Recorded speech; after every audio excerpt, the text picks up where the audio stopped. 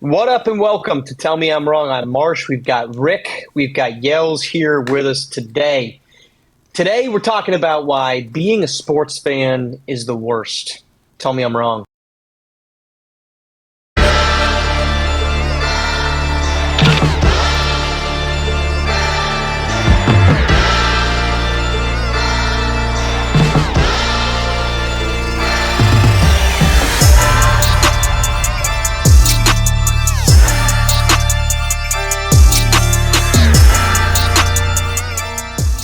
I think I need to preface that before I allow Rick and Yells to jump in. So, over the last 2 weeks now, fans on this podcast have had to endure the Houston Texans completely wetting the bed in New England with perhaps, and we saw a little bit of this out of these two, talking about CJ Stroud. We saw my Jacksonville Jaguars have a very nice season come to a crashing halt at the hands of the Buffalo Bills.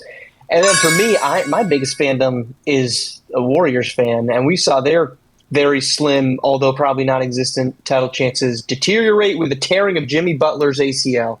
So, Rick, this is why being a sports fan is the worst, because you endure all of these pains for no reason, and you do nothing except sit there and wait for it to happen.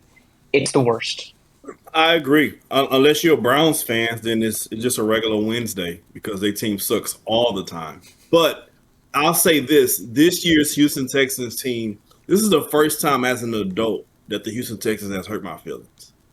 The first time as an adult that my feelings were actually hurt by the Houston Texans because I'm looking at the Super Bowl championship now game, and I'm looking at the game, the AFC game that was 10-7 with the backup quarterback, and that should have been the Texans playing against the Broncos, and we would have matched them, and we should be playing against the Seahawks in the Super Bowl. And I can see that as clear as day. So it really grinds my gears this year to see the Houston Texans fall flat on their face because we all know in football you do not always get a second chance to get to the Super Bowl. So I'm extremely hurt. My feelings are hurt with the Texans this year for sure. I'll say Texans wise, I'm not talking about the Texans till CJ Stroud's off the team, so I'm not gonna go that route.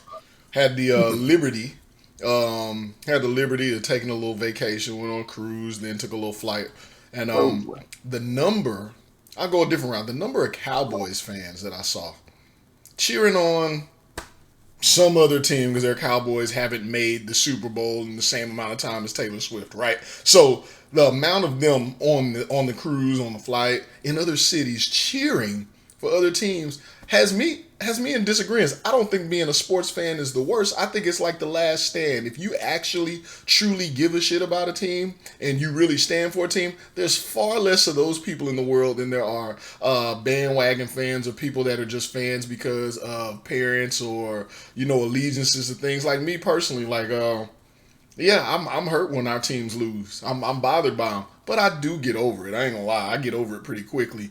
And sports wise, just in general, those guys make millions. I could give a shit when they lose. Yeah, I'm bothered for a minute if it costs me a moment, some money, or me just being frustrated. But I could care less because you know why? Because I've seen them out in the club giving less of a shit than I have right after losing.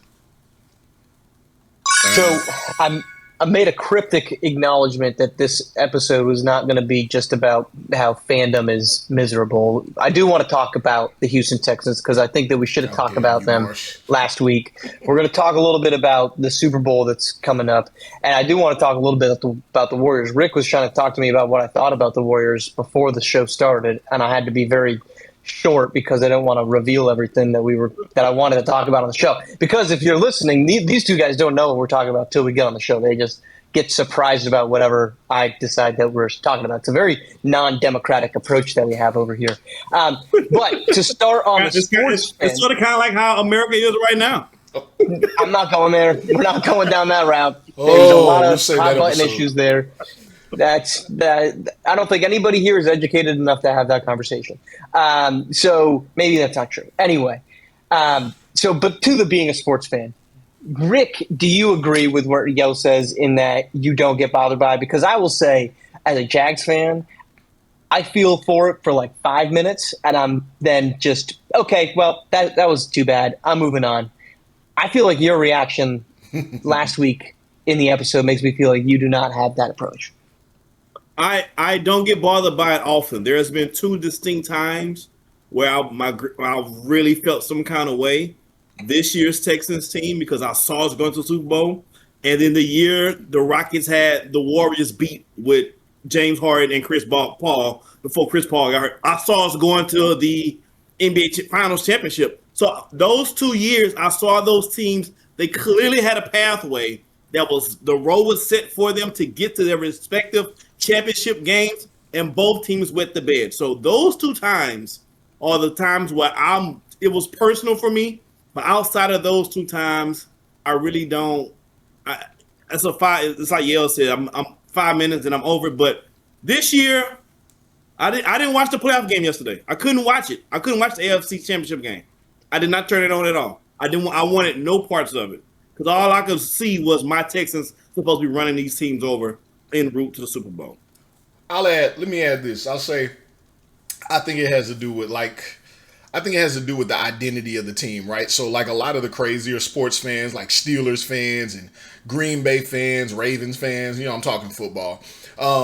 Back when the Clippers had their little run, even though they didn't make it to the championship, the Warriors fans, when a team has a solid identity that kind of aligns with a city or more importantly, a person, it makes sense because you're like, man, that's me. Like I lost. Like when I watch a good defense lose like the Texans, like that really did bother me because I'm like, I feel everything about what the Texans defense was this season. I could give a shit if you could pass the ball. I could give a shit if you're dropping, deep routes here and there, if you're running up and down the field. But if you're just running dudes over on offense, on the offensive line, smacking them in the mouth, and defense, you're taking their heads off, I very much so align with that. That's what I love to see. So when that happens, like, that's what hurts when you align with it. In some of those cities where they have the same identity year after year, like I know those Philly dudes. Anybody ever been to Philly? Philly dudes are tough. Philly women are tough. Like Philly's tough, right? So like when Philly women are tough. Yeah, straight up. I'm just saying.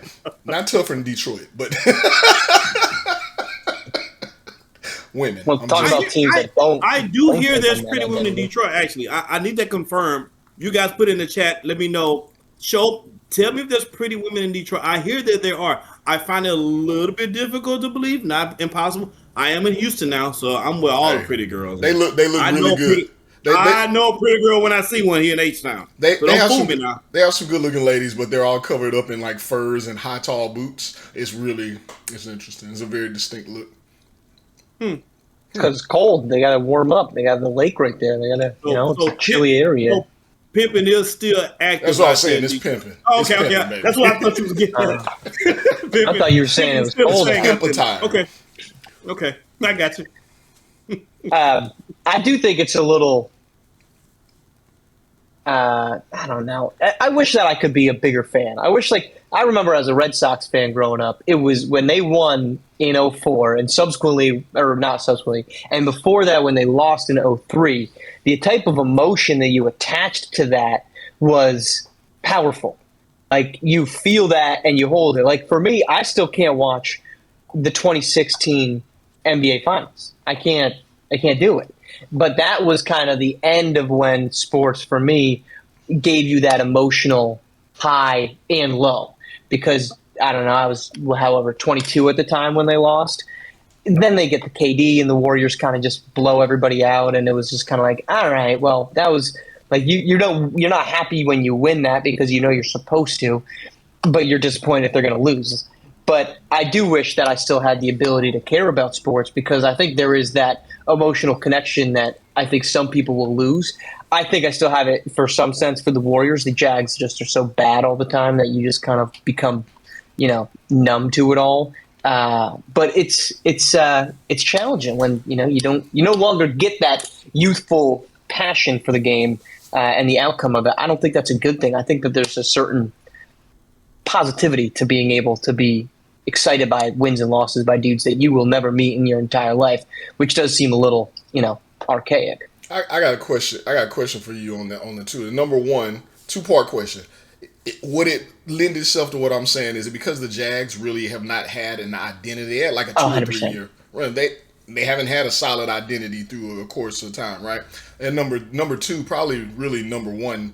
How as a Warriors fan, I've never had a chance to ask anybody. How did y'all take like them getting KD after that? Like, is that what ruined you being a sports fan? Keep it real, because that was crazy as shit. That was insane. It was cool for about 48 hours. It's 4th of July, and you're like, holy cow, we got Kevin Durant.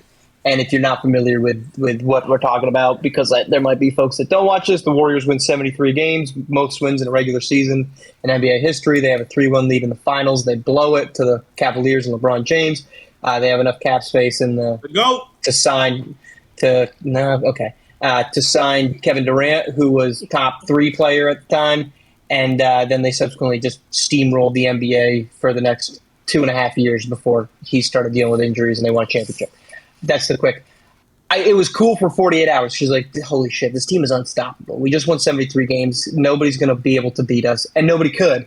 But then, like, once you start realizing that that's what it is, that the championship had been decided, it was just kind of like, okay, well, now they have 2 options. They either don't win the championship, and it's terrible, or they do what everyone expects them to do. And so you stopped rooting for something that you thought couldn't happen, and you started rooting against something that you didn't want to happen. So Kevin Durant ruined sports for you. He ruined that. Like the 2022 NBA Finals that the Warriors won was, the best. That was incredible. I watched Game 4 on an airplane to San Francisco, and like you look up, you get out of your seat, and every single chair has the Warriors game on. And as Curry is just going nuts, just the plane is erupting. That was I think he scores like 40-something in that night. He just goes absolutely berserk. They're down 2-1. It's a must-win game. And that plane, the energy on a plane was, red eye from Fort Lauderdale to San Francisco was awesome. I went to Game 5 of the NBA Finals. Awesome. That was great. But then, you missed out on so many years of Curry that he could have been awesome, and we wasted it on he's playing next to Kevin Durant, which, you win 2 championships. That's awesome. But, like, I would rather have seen that group play out. Listen, I got to push back here. KD didn't ruin the experience. There were 2 people who ruined the experience. First, one person and a team. The team that went 73-9 and lost in the finals ruined the experience. Because you guys supposed to be the greatest ever, and then LeBron James stepped in and said, "Hold my beer. Let me beat y'all behind on the offense and defensive side. The behind the back chase down block, seal the game." You know what I mean? So if you don't love that, you don't love basketball. LeGoat killed the experience. I hate it. And Steve Kerr killed the experience when he took over for Mark Jackson, because Mark Jackson should have never been ousted as the coach for the Golden State Warriors. That killed the experience. Yes, he should have. No, because winning the NBA Finals in 2015, the year before that, was awesome.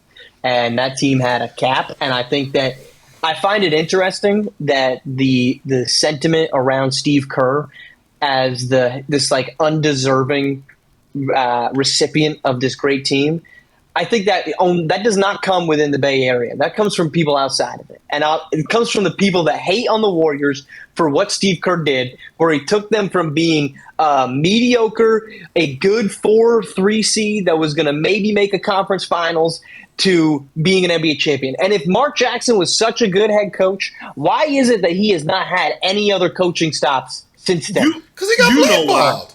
You know why. Marsh, you know why he's not. You know exactly why. There's plenty of conspiracies. We're going to go down that road? Are we going down that road? Why don't we go down that road? Why don't we go down that road? Let's do it. You know why he's down that road. Let's hear it. Why? Tell the people. Because of his statements and actions off the court. Now, there's a certain caveat. There's a certain level of playing by the rules that the league wants you to abide by. And here's what's crazy about it. They get to decide on when they enforce it and who they enforce it on. It just so happened they ain't like the way Mark Jackson was running things outside the court. And when they decide to teach you a lesson, they just decide to teach you a lesson by, we're going to remove you from the team. And not only that, we're going to keep you from getting a job. Kind of like how it happened with Shedeur Sanders and the Browns in this year's draft. Or this year's, it kind of like he got dropped. He got dropped to the 5th round. Then he get on the Browns, and they refused to play him until they had no absolute choice. And then when they had no choice, they didn't even get to do first rep practice with the first rep team. So they put him out there to stink it up. He's just too good to be that bad. And now the coach is fired because he's incompetent. If he's too good to be that bad, he wouldn't have been as bad as he was. Shedeur Sanders was terrible. He was not a good quarterback. He was the best quarterback on their current roster, and it wasn't close. That part is true. But that's like saying why it took to week 12 when someone got hurt before he finally got a shot. Saying that Shedeur Sanders is the best quarterback on the Browns roster is like saying I'm the best basketball player at a senior home. Of course I'm going to be the best basketball player in a senior home. Are you? They all suck. They're all 80 years old. Even my 5'7" self can cook on them. Just because Shedeur Sanders is the best quarterback on the Browns doesn't mean that he's a good quarterback in the NFL. That means the options they had. The Browns, though. He should have been. I'm not denying that. Dylan Gabriel was not good. Deshaun Watson is coming back from a torn Achilles. You traded away the quarterback that was actually good in Joe Flacco. You should have just kept Joe Flacco, but you sent him to your divisional rival. But the Browns' chances were not Shedeur Sanders. He is not a good quarterback in the grand scheme of the NFL. Were, but to be fair, I think they were kind of banking on when it come to Deshaun Watson that he would get a little bit more masseuse action. Like they could have really freed him up a lot sooner. They didn't see how many people they could fly in. This is the problem with fandom, though, right? Like you guys, for me, I think I'm pretty objective when it comes to sports and apparently acting. By the way, I think I'm pretty shirt objective. On there, brother. Jeez, crow. For those watching on YouTube, we almost got a peep show out of you. We got blur. We got to do a nipple blur now in the edits. Yeah, Lee. You toss that thing down, dude. Nip slip. Hey, so I think I'm pretty objective. But Janet Jackson up in here. I think I'm pretty objective though. Like when it comes to fandom, I think people blur the facts, right? When they want to cheer on or disapprove of something. I think that's where fandom gets crazy. Like Marsh, I'm gonna go back to what you're saying about Golden State and even the Mark Jackson. I'm gonna push back on Rick on this one. Mark Jackson, I think he should have never gotten fired. or he should have returned for more seasons. He should absolutely have a job. But to say Steve Kerr doesn't deserve accolades, I gotta disagree with that. I think that's an early on statement that I think is fair. When Steve Kerr first came in, it was like, hey, this guy doesn't deserve it. He's picking up the ship that someone else built. Totally agree with that. But over time, he showed that he is a very good coach. He has a system. He proved it. He proved his worth. To hold on to the Mark Jackson thing, I think that's a little beyond the pale. I get where you're going, and I'm with you because I would much rather see him coaching on the sideline than still saying "hand down, man down." Like I'm tired. Like you've been saying that shit for a while. Hand down, man down. Yeah. So, Mama, there goes that man. Yeah. I'm gonna push back for a moment about him being an excellent coach. I think he's a good coach. I don't think. The proof is in the pudding, which is why the roster, they have to keep it how it is intact. Why they can't move a piece. You're talking about Steve Kerr. Offense that they've been running this whole time. That they move one piece out of there, the offense goes to shit. You're talking about Steve Kerr, right? Steve Kerr wouldn't know what to do because he's been running the same joint for the last 7 seasons. Yeah, now, but that doesn't make it helps because you have Curry on your team, right? So that absolutely. But if you remove any other piece, which is why they can't come off with Draymond Green because the offense falls apart because it has to run a certain kind of way in order for it. I don't think the metric of a great coach is now how good you play with the talent you have. It's how good you play. We have to play outside of that. That's your when you're forced to be something different and you can adapt to that, a la the Bill Belichick's of the world, that makes you a great coach. Yeah, Hold Bill on. Belichick did real good when Tom Or if Brady you're left. so great that you just can force your style upon another team, there's nothing they can do about No, it. so That's what makes it break. so I disagree with that. Those are different metrics. Diversity is one thing, right? And you can be measured on. That's great. Being able to create and run a system like Steve Kerr, it's a derivation of pace and space with the triangle. You're not gonna say that about Phil Jackson. He had a Kobe.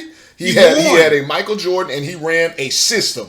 And if those players couldn't fit into that system, it ain't work. But Phil Jackson Steve Kerr won every too. time.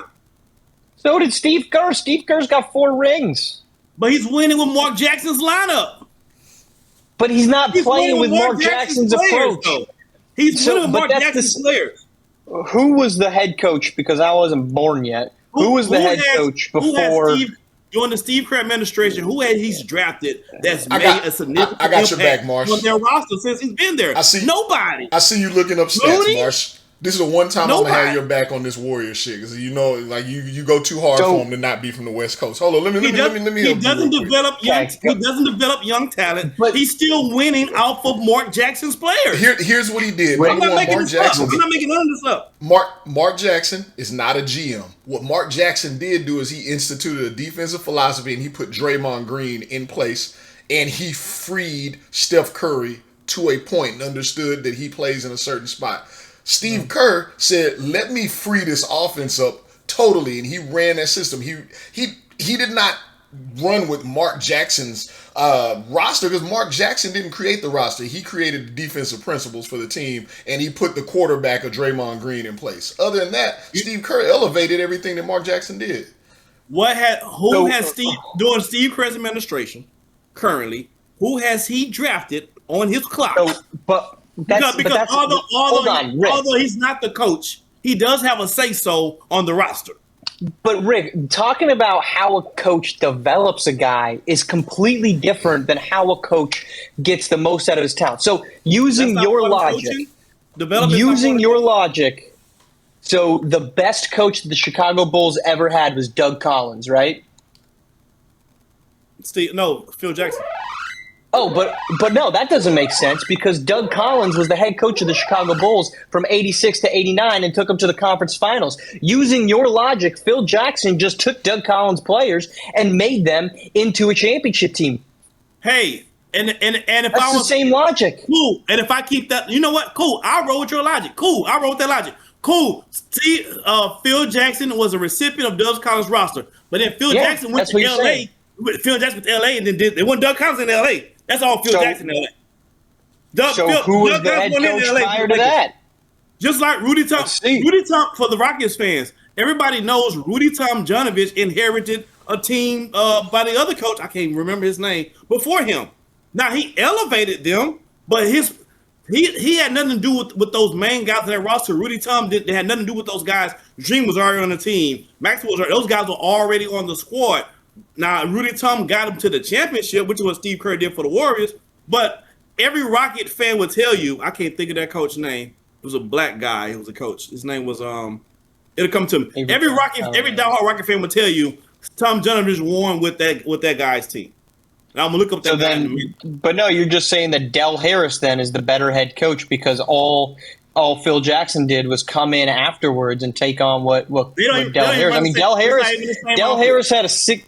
Rick. It's not the same offense. It's not the same offense. It's not the same players either. It's not the same offense. It was the same players.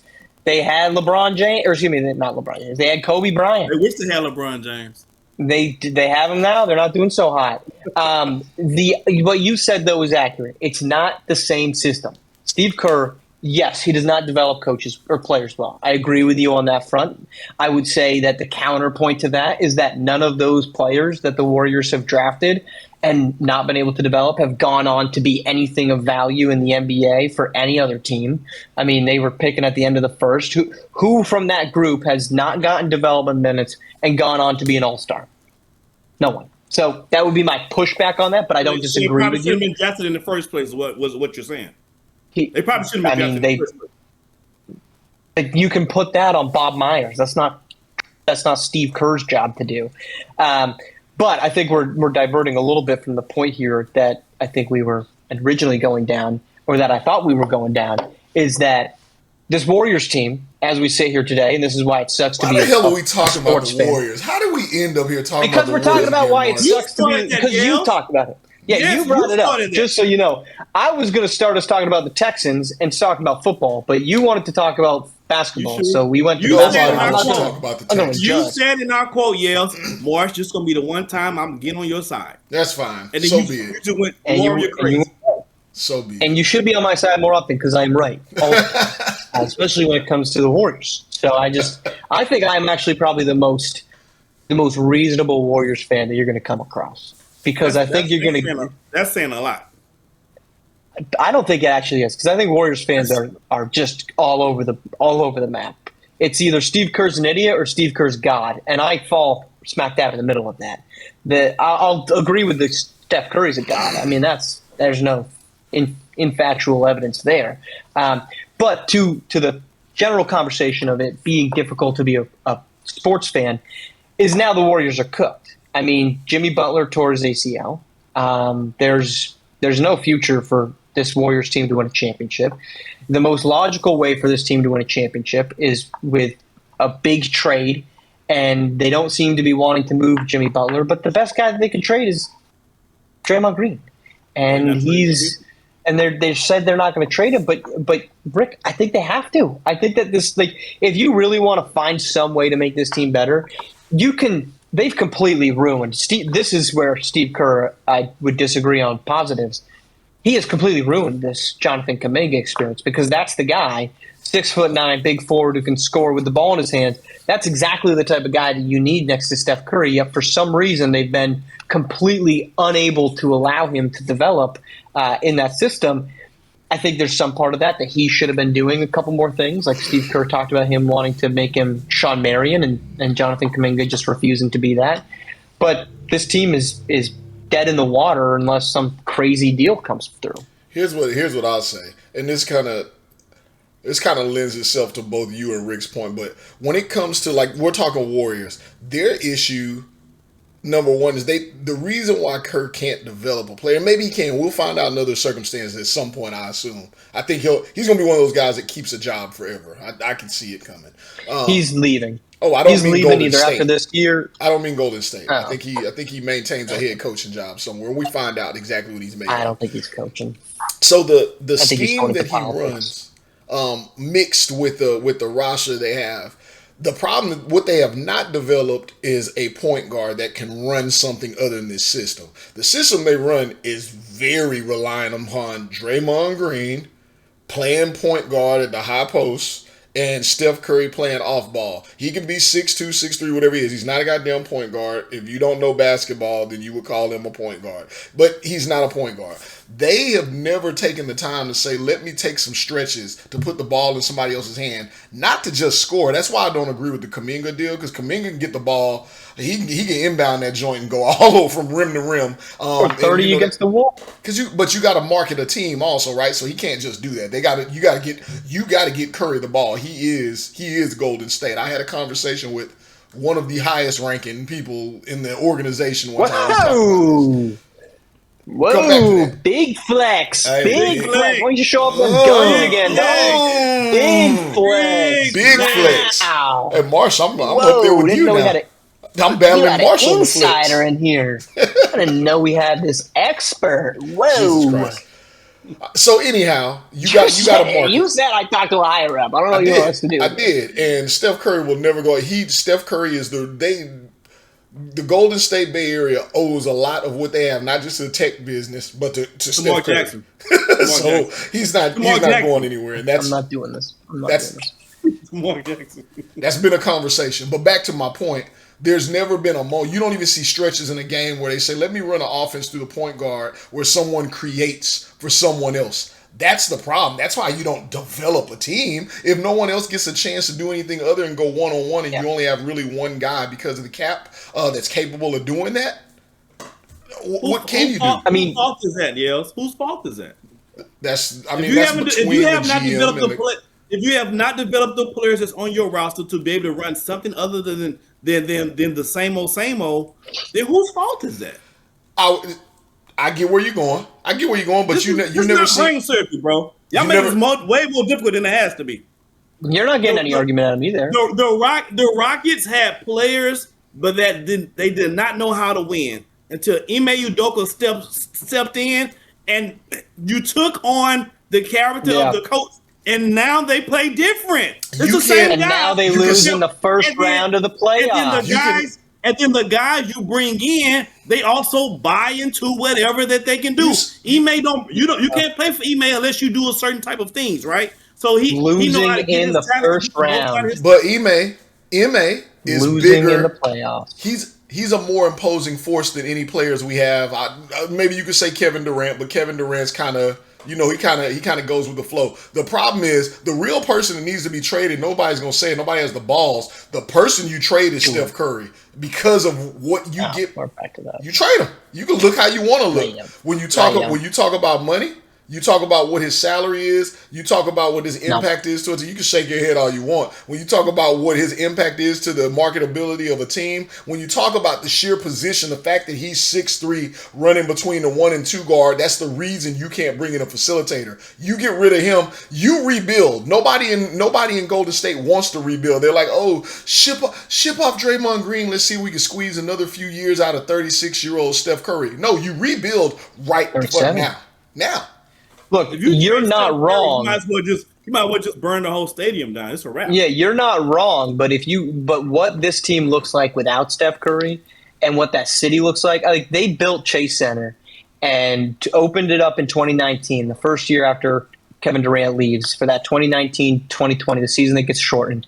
Steph Curry breaks his hand, plays 5 games, and that place is just empty. It's a ghost town because nobody wants to go watch. Now, I would say this. I think that season, and this is to the point about, developing other pieces, that season was really impactful for the Warriors because it allowed Jordan Poole to just dick around and do whatever the hell he wanted for 82 games or for 56 games. Now, they only won 15 times, but it was an opportunity to say, exactly. Jordan Poole, let's see what you got. Let's make mistakes. And that has never been an opportunity afforded to Jonathan Kuminga, to Moses Moody. Now, I'm not saying those guys would have turned into all-stars because of that, but, and this is where I would agree with Rick on the Warriors and Steve Kerr's inability to do anything except a system built around Steph Curry, is that even this season, Jimmy Butler was saying before he got hurt, hey, I need to have more opportunity just ISO pick and roll. And Jimmy Butler, he could have said that very negatively, right? This is a guy that forced his way out of Minnesota, that wanted to go back to Philadelphia, and they don't give him the money, so he goes to Miami, and then clowns Philadelphia because of it, because they gave somebody else the max deal, and then forces his way out of Miami. This guy does not have a track record of being the super patient guy. And he's saying on a very patient way, hey, maybe I should have the ball a little bit more. And so I think that has been the challenge for Golden State. And that's why I don't think you trade Steph Curry, because you can't trade him this year because you started out too good, right? They're like 26 and 22. So you're not going to be bad enough to be in contention, like legitimate contention for a number 1 pick, unless you get lottery luck like the Mavs did. Now, if you're a conspiracy theorist, you could say that the NBA would want the Warriors to have a champion, or have, AJ. Mark this down on your calendar. Is it a conspiracy if it happens? Yes. Yes. I've never been a conspiracy guy, but after the Mavs got the number 1 pick, it's really hard to. I think I said this on a previous show that we did on a different platform with you two. I can't say that it was conspiracy theory, but I'm running out of evidence to say that it was. Right? Yeah. That's it. I can't tell you you're wrong, but I'm running out of facts to say that to you. I can just be like, I think you're wrong. I have nothing to believe on that. But I just don't think you can trade Steph Curry for that reason. You can't trade Steph. You have to trade Steph Curry. If the ship goes down, he goes down with the ship. That's just what it is. Sometimes you take a step backwards so you can spring forward. There's lots of teams. I'll put this. If you're going to trade Steph, then that means might as well trade Draymond. You might as well get rid of Steve Kerr. You might as well just get rid of everybody then, because none of them are the same without Steph anyway. So if you trade Steph, then you might as well just get rid of everybody. Agreed, but you do it before you lose value. And here's the thing: like when you talk about why you can't trade Steve Kerr, kind of goes back to what the topic was with fandom. And I think, to be totally honest, Rick and I have talked about this offline. We talked about it too offline, Marsh. Like as much as I loved sports growing up and earlier, there was a particular point where I stopped caring, being invested as much. And it was a conversation that what was the prior owner of the Rockets? I forget his name. Anybody? Les Alexander. Who? Les Alexander. Les. Was it Les? Was that who was before Alexander. we have now? Before Fertitta? Yeah. Yeah. Whatever. Kinda. Prior ownership doesn't matter. And then there was another conversation that came out where Jerry Jones alluded to it, and everyone knows this, but when you hear it said, it's disgusting. Like, it's really disgusting. And it's kind of the problem with the Warriors. It's why you're saying what you're saying. It's a problem with a lot of things, is when you lose games, you do not make money. Right? Is that what we all agree to? Just hit me with a yes or no. When you're a perennial loser, you're not supposed to. the organization does not make money. Right? When you rebuild, it's an exciting time and you can make money. Les Alexander, Jerry Jones both made the statement what they do not make shake-up moves because it is far safer for their bank account and the business to stay middle of the road. When you win a championship, the pressure and how hard it is to continue to win a championship, this is their statements, man, and not mine. They actually said it. Go look for the interview. It was terrible to hear. You win one championship, it's really hard to win a second one. When you win a second one, everyone's gunning for you, contracts, people asking for X amount of money, everything becomes polarized and magnified, and it's a very different thing, and it forces you into a rebuild. If you do not rebuild successfully, you quickly move into a tier of a business that does not make money. It is much better for them to make the playoffs or be in the run for the playoffs continuously than it is to tank or win a championship. This is what our owner said back. It was like his last year. That's definitely a Jerry Jones statement, and he can make that statement because the Cowboys can go 0-17, and as you guys know, they're still going to sell out the stadium. They're still going to have the merch and everything because they've branded in such a way. So a guy like Jerry Jones never really cares if you win or not because the fans and the fandom are going to continue to put money in his pockets, and they're going to continue to go to the game to support regardless of how sucky they are. They've been sucky for the last 2 decades. But Yells, do you agree or disagree with their approach of saying we should just stay mediocre? From a business standpoint, I'm all about the business. From a business standpoint, I totally get it. But sports is one of those rare things in life and society. It's competitive. I couldn't do it. I couldn't own a team. That's why I don't own one now. I guess I couldn't own a team. Yeah, that's why. That's why you don't own a team. It's not the $1 billion price tag that comes along.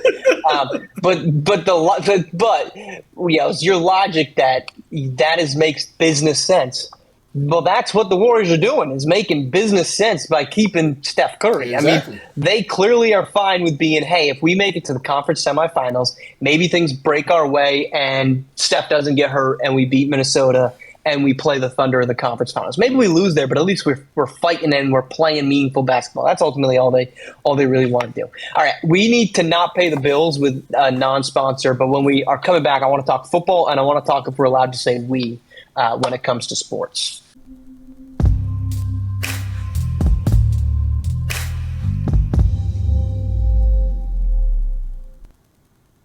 All right, this episode is not brought to you by Trojan. When your soldiers are ready to get information like Beyonce, there's only one trusted brand. Yeah, I know what you're going to say. Oh, God. You only use Magnums, right? Wrong. You're putting too much pressure on your Mr. Peter. And let's be frank here. Most of you don't need the extra space, if you know what I'm saying. Wink, says to wink. So stay safe and stay in the game. Get like the Greeks and get that wood horse marching. Charge! Wow. There you go. That's we're not sponsored by Trojan. Get that wood horse marching. Get that wood and horse marching now. So that's for a lot of our viewers, huh? Now, there's people that listen to this podcast that are going to be very disappointed in that ad read. I will tell you that right now. So I apologize to them. So, they should do they got help with the ad read. You're either gonna be disappointed or you're going to be helped.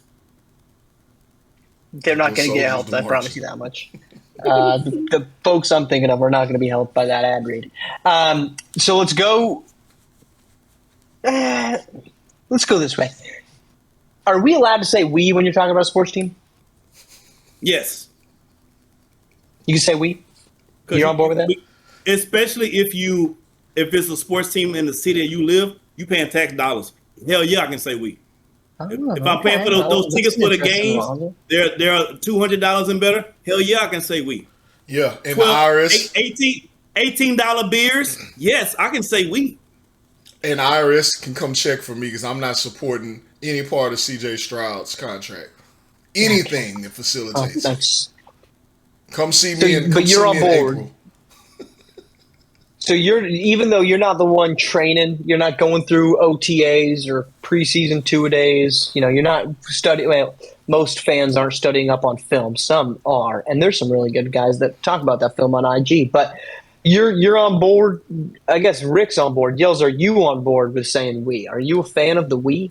I'm fine with it. I don't. It doesn't really matter either way. I don't like it when you say "we" personally when you talk about the Warriors, Marsh. I think that's ridiculous. You're not in the city. I think if you're in the city, you can say "we." Anybody that is not in a city. My son, a game came on. He's like, "I'm going for the Lakers."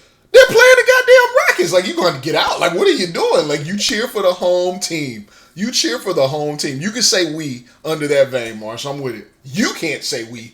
We can say "we." I don't think that's fair because Vermont does not have a basketball team unless you're unfamiliar with the state. So what's the closest city then? What's the closest I don't want to be a Celtics fan or a Knicks fan. Those guys suck. Want to be. I want to like them. You hear that? You don't get to pick. That's kind of the problem. You don't get to pick. Yes, I do. A fan of the team the city that you're in or closest to.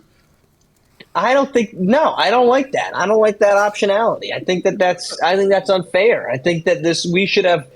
I'm not going to say what I could say. I should have the opportunity. No, because it's just not going to come off right. So I think because then I'd be stuck now with rooting for the freaking Dolphins. I don't want to like the Dolphins.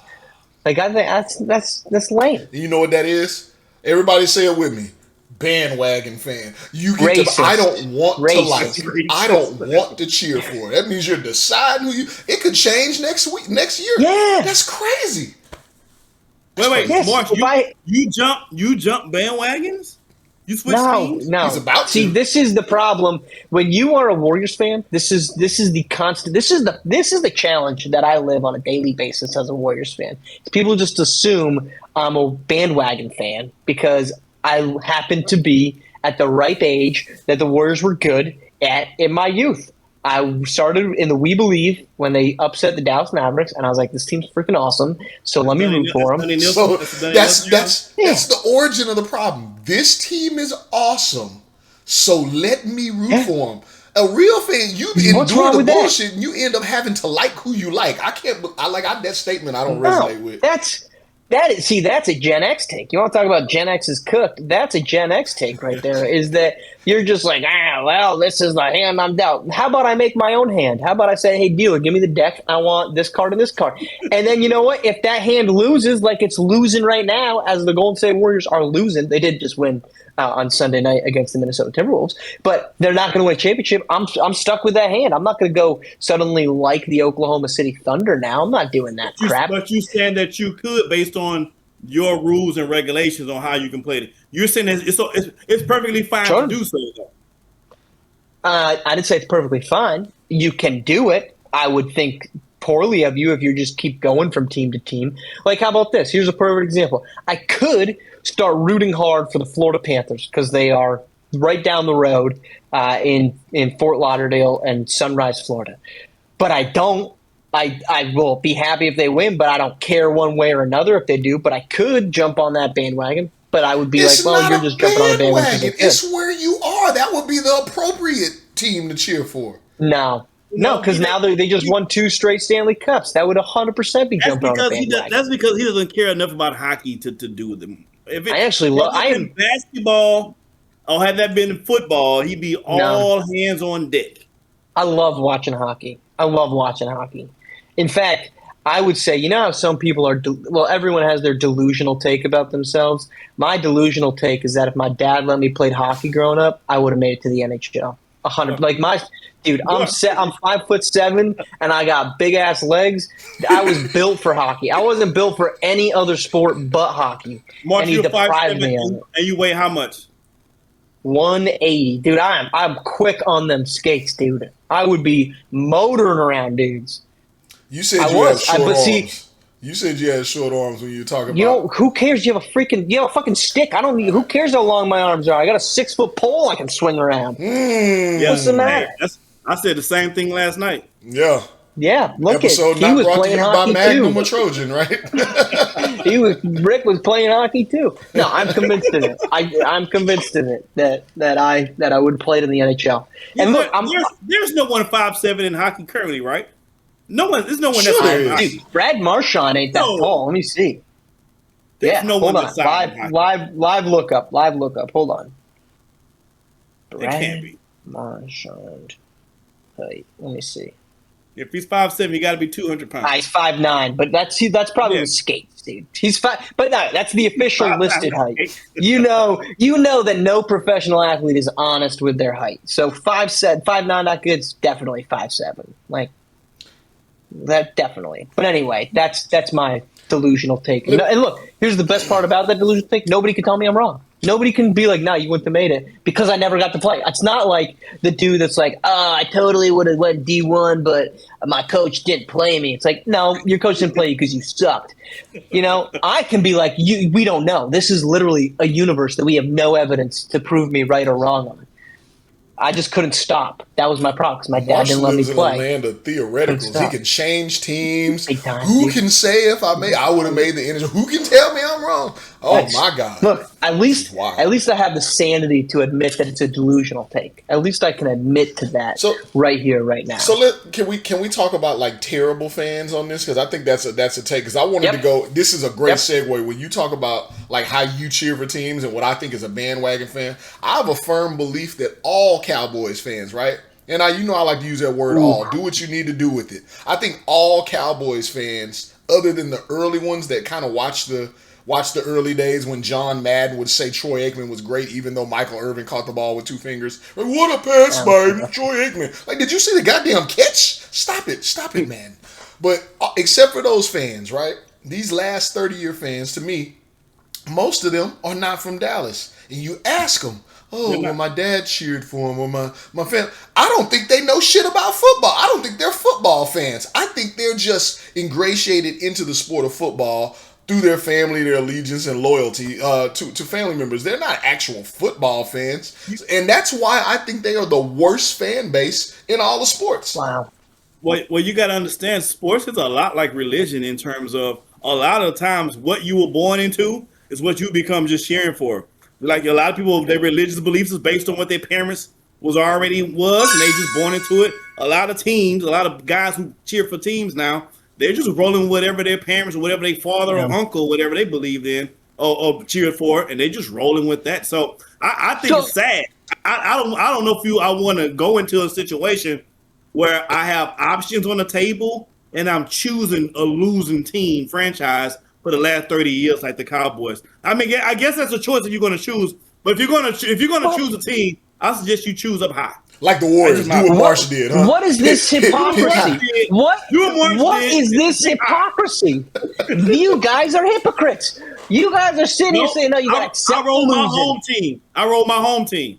I don't have another team on my home team. You just said you are choosing to stay rooting for a loser with the Cowboys, but just 2 minutes ago you're saying no, you cannot change. It's not the home team. allegiances. It's not their home team. Like they're just choosing a losing team. We're talking about the non-home team got people.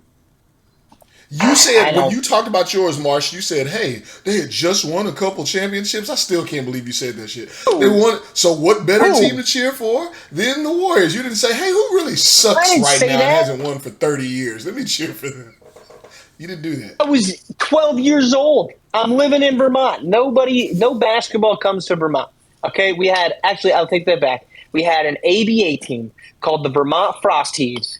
And they were awesome. The Vermont Frost Heaves. They were in the. It wasn't even the ABA. I don't think. Do you guys know? We're education time. Do you know what a frost heave is? No. No idea. Okay, so I hope I get this right. Otherwise, It I sounds probably like it's lose my. exclusive just to Vermont, though. Mm-hmm. It's definitely a northern thing. So the road will be flat, right? And then over time, cement or pavement would crack a little bit. And then that moisture gets in there. Well, during the winter, when water freezes, that it expands, right? Because water expands when it freezes, and it creates bumps in the road. And those are frost heaves. It's a So they were heave of named frost. after a bump in the road. They were named after There's no frost wonder they're heaves no because they're goddamn good. everywhere. Who wants to be a? They How do you have a don't. mask? How do you have a bump in the road mascot? I'm gonna push back on that. Hating there How do you because have a we're bump in gonna the pull road up mascot? there. No. So the Vermont Frost Thieves were a professional basketball team. They played in the Premier Basketball League. That was the league. Okay. They were actually. And first off, I should shout out Alex Wolf. It was the owner of the team. He founded it, and he actually grew up, or he didn't grow up. He was, how do I put this? He got his hair cut by my mother, and he's an awesome dude. And he wrote for Sports Illustrated. Is your mom a Awesome guy. Whoa, Is your mom a barber? Stop it right there. Stop it right there. Yeah, my mom has a hair salon. What are we talking Okay. about? Wait. I have a follow-up Get your Trojan mind out of this. All right. I don't want to hear it. What is your concern? Before I give you this. Go ahead, Mark. Go ahead. Okay. Do your So thing, they man. won. Please. They ended the regular season their first year 30-6, and then they beat the Texas Tycoons in the ABA championship. So not only was the Vermont Frost Thieves a basketball team, they were a championship-winning basketball team that went down and beat a team out of Texas who was based out of Fort Worth. So I don't want to hear it from all you all. Well, first of all, Fort Worth is close to Dallas, so I understand why they lost. Case closed. They're Secondly, technically in DeSoto, if that helps. I don't know my Secondly, I won the championship at my local Y. So what's the point? That's equivalent. That's equivalent. My local Y championship is equivalent to the Frosties championship. Rick, Nah. by the way, The Heat earlier were today, dope. I beat the shit out of a bump in the road. Tore it up. Rolled right over it. You not in 2007, you didn't, because the Frosties would have won, dude. They were the best. They also had one season where they played this team and they signed the other team signed a Chinese guy that was 7'9". So the place was packed because at the time he was the tallest. He might still be. I don't know. The tallest basketball player to ever play professionally. This dude could not move. So they just played him. They played 4-on-5 on defense zone, and this motherfucker would just cherry pick on the other end because he couldn't get up and down the court, dude. Like he could not move up and down the court. He was like, you know how you run in your dreams? You know that feeling when you're like, I think I'm going fast, but I can't move? Like you think you're sprinting, but you just feel like you're running in mud? That's how that guy ran in real life, fully awake. He was pretty bad. So I don't even know where we started that segment on. But Talking about bandwagon fans, and somehow you got on to the least popular sports team in America. No, I wish I had a jersey by them. I got to hit up some people. I need a Frosty. You got a Frosty jersey? I need one. I should actually put my jerseys up. I don't have them. This is a team that you said lost to Wow Ming, right? No, they beat them. They won, dude. Okay. They were sick. They ran out of funding. That's all. I think Gotcha. they stopped existing. So I guess back to your bandwagon take. Where were you going with that before I completely? No, I went exactly where I wanted to conversation? go. I said that the Cowboys are the worst fans that's out right. there because they're made up primarily of bandwagon fans. Yeah. And shout out to my roommate in college, Zach, who has also been mentioned on this podcast. He was a Cowboy. He is a Cowboys fan. So Zach, no, two not fans for you here. Yells and Rick, not big fans of you. So he now knows that. People will say to be fair, Jerry Jones is not a big fan of the fans either because he definitely doesn't try to win for them. There you go. So, this is true.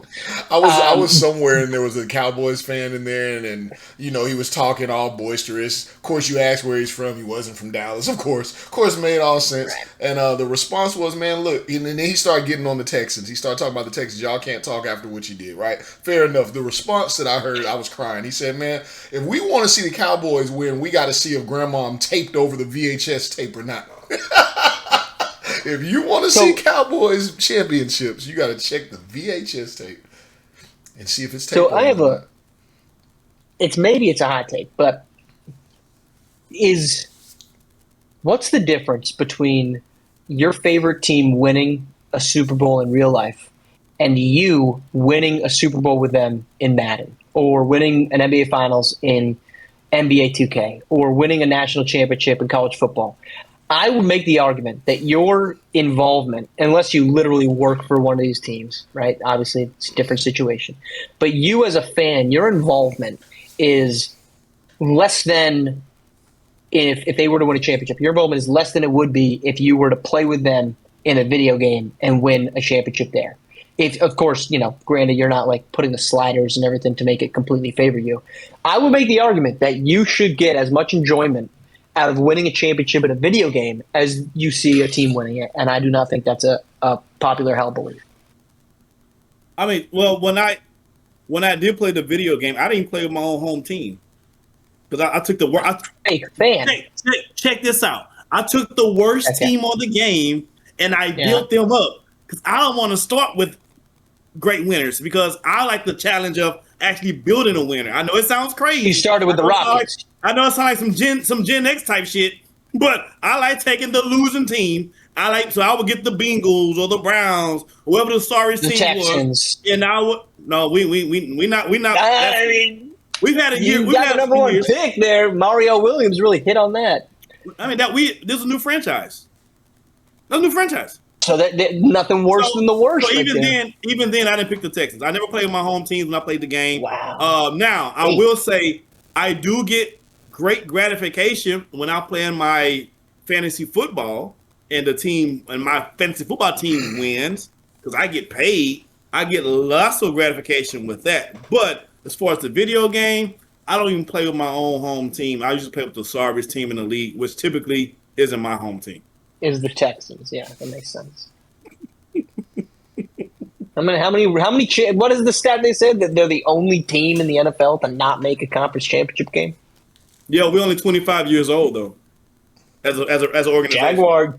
Jaguars are like 30, so we've been to 2. Give us 5 more years. So you've had a 5-year head start. That's what you're telling me. Still can't. Okay. It's not like we made them in the last 5 years though. They made one in '99. We made one like right away. You can't let the newcomers come in and steal the show. You paid for a team that was good for one season, and you've been trash ever since. It happened. Hey, at least we had the one good season. Where's yours? We just had it. CJ Stroud shit in the bed in New England in a blizzard. That's a good time for you. Yells, am I wrong to have this take about you should take as much gratification from a video game championship? I wish I had a more strong opinion on this. I don't think I really give a shit either way because, like I said, I don't really care. Like if we win, then that gives me something, for my home team to win. I can talk a little shit to people from other cities when I'm traveling. That's fun. But it's not that big a deal. It doesn't make an impact to me in that way. And then on a video game, I mean, it's amazing. Like, Rick, are we friends or something? Like, we kind of align on that. I do the same thing. I take a crappy team and I try and take them to the top. And honestly, it takes away from the realism that I like to have whenever I would play. So I didn't want to play with the home team anyway. I would rather take a team I knew not a whole lot about that was pretty crappy and trying to get them to work. So it's about as they say, what and what. It's about even for me. Okay, I think there's going to be if the same folks that weren't a big fan of your perm last week watch that as a social pullout, I think I'm going to get some touch grass comments. So I think that's well deserved. Do it. So, Do it. Bring the smoke. Let's go to the. Let's get to that segment. Let's get to that segment. What? Can we get? Do you have more on the sports stuff? I got one other thing. Where you want to take it? I'll come back to it. I got one last thing. Is the Minnesota Vikings decision to let Sam Darnold walk the biggest fumble when they take on J.J. McCarthy, who managed to do absolutely nothing, as the Seahawks are now headed to the Super Bowl? It's the biggest fumble. It seems like a big one because Sam Darnold just torched a bunch of teams and has the Seahawks. I think they're going to win the Super Bowl. It's a big one. I don't know if it's the biggest fumble. It's a big fumble, but Minnesota was. Listen, he was seeing ghosts in Minnesota. Now he was seeing ghosts in New York. That was in New York. And those ghosts didn't finally didn't settle down until you got to Seattle, right? So it's all about the weapons around you, man. Like I'm sure they wish they kept Sam Darnold. JJ McCarthy looks like he might be a bust. He can't even stay healthy. So they took a swing and they missed, and so now they want to swing again. But if the Minnesota Vikings had Sam Darnold, Minnesota's not in the Super Bowl this year. It doesn't make that big of a difference. Their team is not that. Their overall team is not that great. 14 games. They won 14 games. Minnesota wins 12 games every year and does nothing. That's nothing new. They was winning 12 games back when Randall Cunningham was throwing to Randy Moss, and they were still losing. It meant nothing. It's never meant nothing in Minnesota. Did Randall Cunningham play for the Vikings? Yes, he did. Brad Johnson did too. I thought Cunningham just played for the Eagles. Wow. He did. Then he went to the Vikings. I know my knowledge of football is pretty extensive. Wow, you're like a freaking encyclopedia over there. Yells, how about this one? Yesterday's game, because we're recording this on Monday. Yesterday's game between the Broncos and the Patriots. I am the biggest fan of snow football games. I think it's the greatest thing that we can possibly have with football, especially playoff football. In the snow, in a blizzard, hell yeah, that's backyard football at its finest. And Sunday's awesome second half from a weather perspective was completely ruined by having the two quarterbacks be Drake May, who couldn't hit anything, and fucking Jarrett Stidham, the backup quarterback, who shovel passed a forward pass. He had the ball in one hand, and he said, I'm not going to throw this overhand. I'm going to shovel pass it, because the last time I did it was a fumble. That game and the experience completely wasted on two terrible quarterbacks. Disagree. Football's football. Disagree. Of course, I disagree. Football's football, man. Everything that you just said about painting the picture of that's football at its finest. I dare to say, maybe y'all are like super savants of football, and maybe I just don't know. Fine, I'll accept that that's the case. I don't know all 56 or 55 people in every time. I could care less. Show me some dudes outperforming what it is they're supposed to, what their expectation is. Show me some guys hitting as hard as they can and just stepping up to meet the challenge in that type of weather, in a blizzard. Some people that have a take on that the following day are the people that couldn't even have their hands out in weather that cold. These guys are out there breaking their backs to play football in that weather. I don't give a shit if you throw a shuttle pass, if you throw an overhand pass, you decide to run. I don't care if their last name is Stidham, whatever that dumb ass. It's a really dumb last name. I hate that the commentators had to say that many times in that game. They said they ride with Stiddy. Stiddy, even better name. Insane. Drake May, I didn't even realize that this dude was an MVP nominee. Like, are you what? I guess so. He didn't look it. He did not. He hasn't looked it even against your precious Texans, even in that win. Yeah, but nope. Second-year quarterback. Defense was an all-time great defense. That's why it hurt. Yep. And it's all-time great quarterback too. It's over. All-time great QB for the Texans. Best quarterback in Texans history? I don't say that. Yes? I don't say that at all. No. Bar seems pretty freaking low. The best quarterback in Texas history, not including the Oilers, because that's not Texas history, would be the run that Deshaun Watson had before the other shenanigans. That would be true. All right, that's all I had on football. Ryan, you wanted to get to something? What was it? Some haterade? Is that what you wanted to? The segment, is that not true, Rick? Oh, that's right, Rick. You got something you hate, because I got something I hate. Absolutely. Let's get to some stuff that we hate.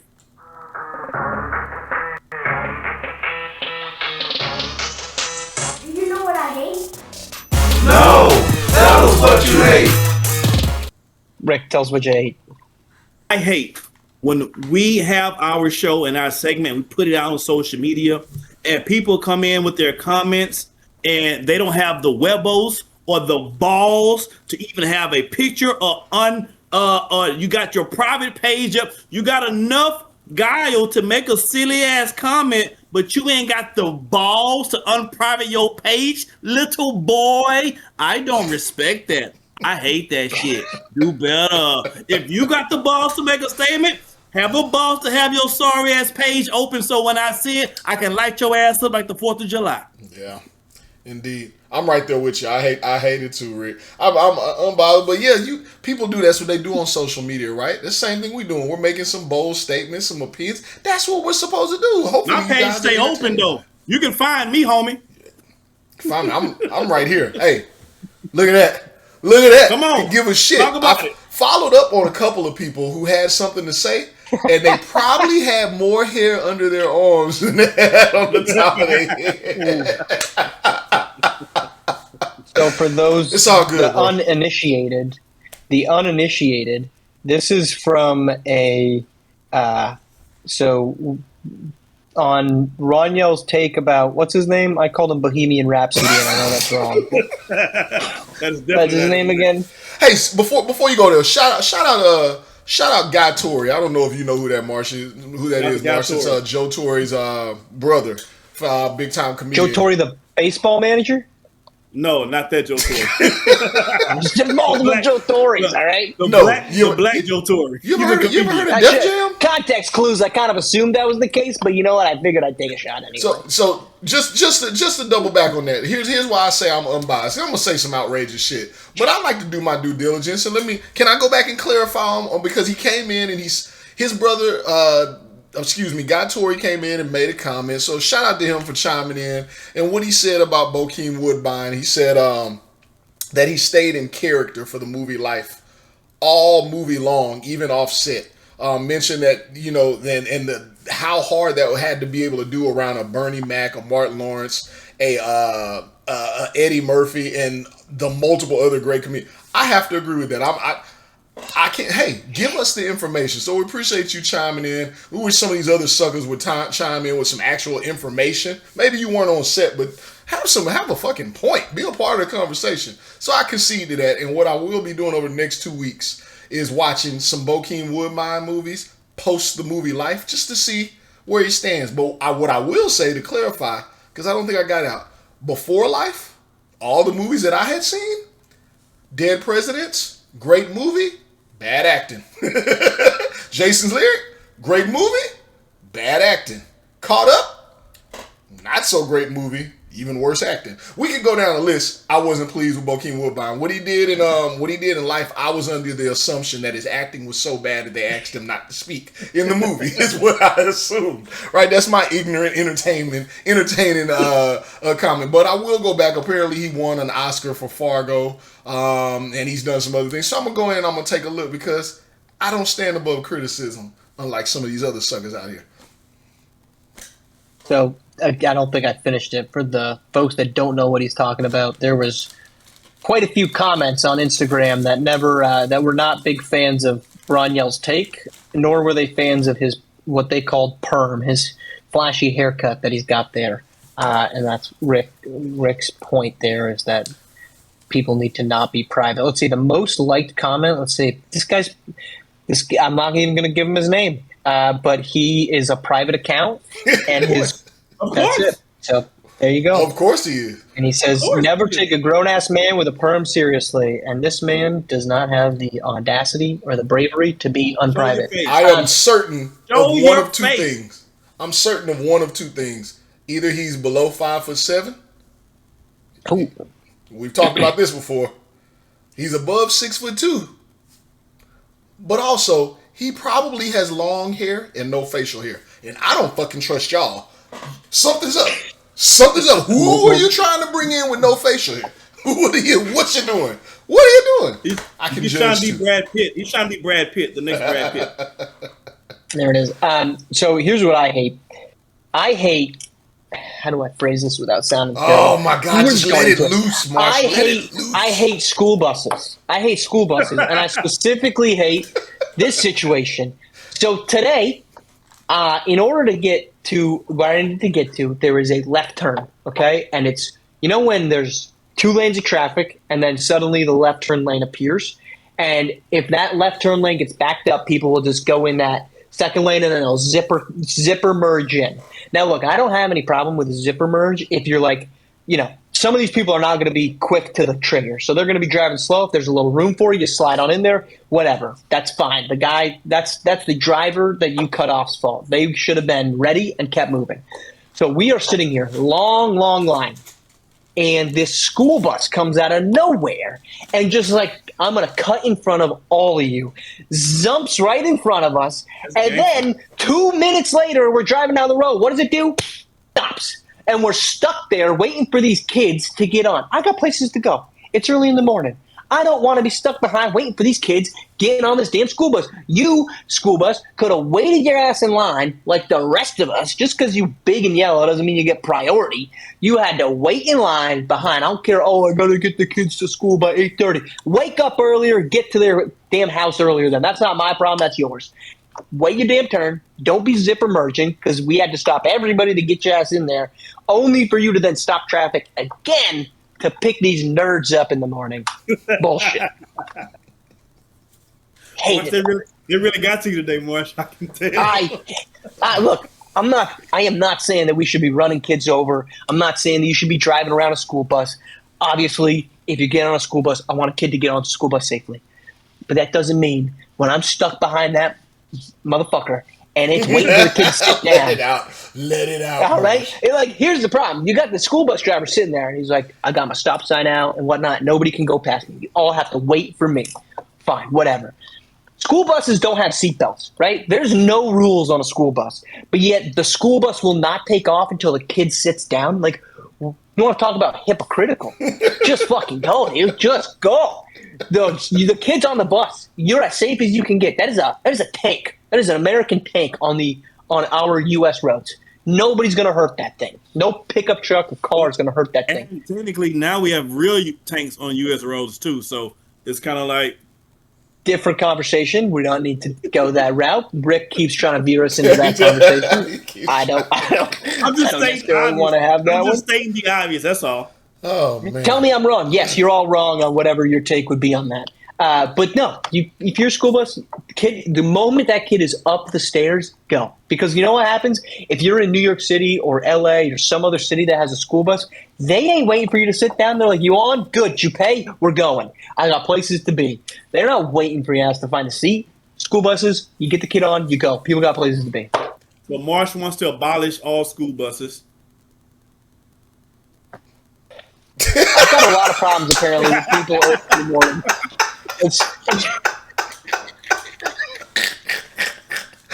I love that response.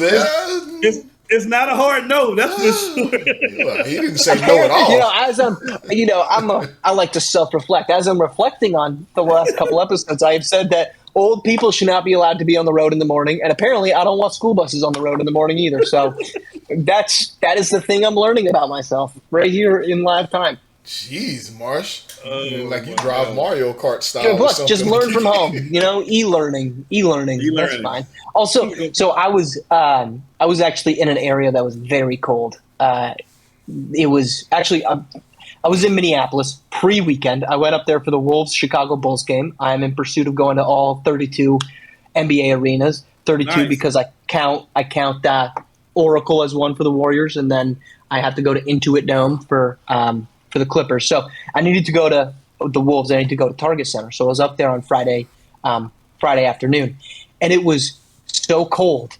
And now I forgot where I was going with that because I diverted myself. This is great podcasting. What the hell was I talking about? This is not a good sign. Jesus Christ. I don't even know. Let me ask you then. How many of the 32 venues have you visited so far? What number? 12. The Wolves is 12. No, I've just been able to get to more. Gotcha. For the long time, I haven't been able to. What the hell was I talking about? This is going to bother me that I completely lost my train of thought because I was trying to give context. Well, I'm gonna tell you. I'm gonna jump in there and tell you what I hate until you can figure it out, sir. Go for Tell it. you what I hate. Like I said, took a little vacation. If you're at a hotel or a cruise, anywhere that has multiple dwelling spaces and hallways, and anyone in your room, cabin, penthouse takes a shit, close the door as soon as you can so everyone doesn't have to walk by that. I hate it. Like, people do it. Like, it's far more common than you would think. Like, I guess people really don't smell the scent of their own shit, right? Because they leave the door, but hey, honey, like, it smells awful. I shouldn't have to walk through that. Close the goddamn door. I hate it. I have a hard rule personally of not taking the number 2 in public places. I do not do that. I'm vehemently against that. If I ever get caught in that situation, just kill me now because I'm vehemently against that. However, if you are going to take a deuce, if you are going to drop the deuce, there's just general rules that you do. You down one and you flush one. That's the rule. Everyone should know that rule by now. That's not a new rule. Down one, flush one. So that way we won't smell your stank ass the entirety time. Hopefully we get a little bit of that backdraft not coming out. If you gotta go, the rule is simple. Down one, flush one. Don't be so rude. Yeah. It was awful in the hallways, I'll tell you that. I was like, somebody's gonna have to fart to freshen this place up. Like, it smelled awful. Awful. Wow. We are 12 years old talking about bodily functions on this podcast. At least I can't remember what we were talking about, Marsh. Apparently, you're 112 because you can't remember. Yep. I lost my nope. I was in so much pursuit of giving context to things that I can't remember. You were in Minneapolis. It was cold as hell. He got derailed by those yellow buses. Yeah. He had to start derailed. Something. What I'll do is I'll listen back to this podcast and I'll remember what the hell I was going with, because that's all I got. Question for y'all real quick. I want to know if this question was as enamoring as it is to you as it was to me. Speaking of buses, picking my daughter up from school the other day, and she asks this question. I just looked like, what's wrong with my daughter? And then it was really a funny question after I thought about it. I kind of dissected it. She said, Dad, I really want to see how a bus turns, what it looks like when a bus turns. It's like, what? Like, that kind of doesn't really make sense. She's young. She's 8. She doesn't take the bus. So I was like, what do you mean? She's like, when it turns a corner, like, it's so long. Like, does it turn like a train? Or like, how does it turn? Like, I get how a car turns, but how does it make that corner? And I start trying to visualize what a 6, 7, 8-year-old brain thinks a bus does when it gets to a corner. Like, how long? I thought that was a hysterical question. Like, can y'all visualize how insane that may look to a kid if they've never seen it? I mean, it makes sense because the corners are, they'll run people over. Yeah. It's not a hairpin turn, No. So I'm on a mission to show her what a bus looks like when it turns so she can get it. I thought it was insane, though. There you go. So he's avoiding the buses, and you're going to go find a bus. Yeah. I like it. It's the times we live in, man. Oh, I remember. Thank you. Buses. There we go. We got it. You brought me back. We're full. Don't stop. I gotta say it before I forget it again. Okay, so we were up in Minnesota, and it was the night. So Friday night, Thursday night into Friday was when it was getting really cold, negative 20 degrees. So I like to find Irish pubs wherever I go, and so I found this great Irish pub. I'm sitting there, my Guinness and my Reuben. I'm having a great time, and the schools decided to close because it was so cold. And I was like, that makes sense. It's supposed to be a high of -9 the next day. At 7 a.m. was when it was going to be -20. Like, that's obviously no time to be getting your ass to school. Some of these schools had the audacity to do e-learning instead of just giving the kids the day off. And I think that is just criminal, that you're going to make a kid be like, you don't have to come in, but you do have to learn today. Snow days growing up were the best. I don't know if you guys had them in Houston. It was awesome. You're like, this is a free holiday. And they were making these kids go to school at home. I thought that was just completely – I hate that for the kids, because I know there was some 8-year-old where their mom was like, Johnny, got good news and I got bad news. Good news is you don't got to go to school tomorrow. Bad news is we're bringing school to you and you got to sit in front of a computer all day. That just has to suck. But the parents don't mind because it gives them busy work to do. It's the kids who suffer from that, right? Because the kids are trying like, yo, I'm trying not to do nothing. What am I doing? Parents, yo, get your ass online because you're not going to be bothering me and eating up all my snacks all day.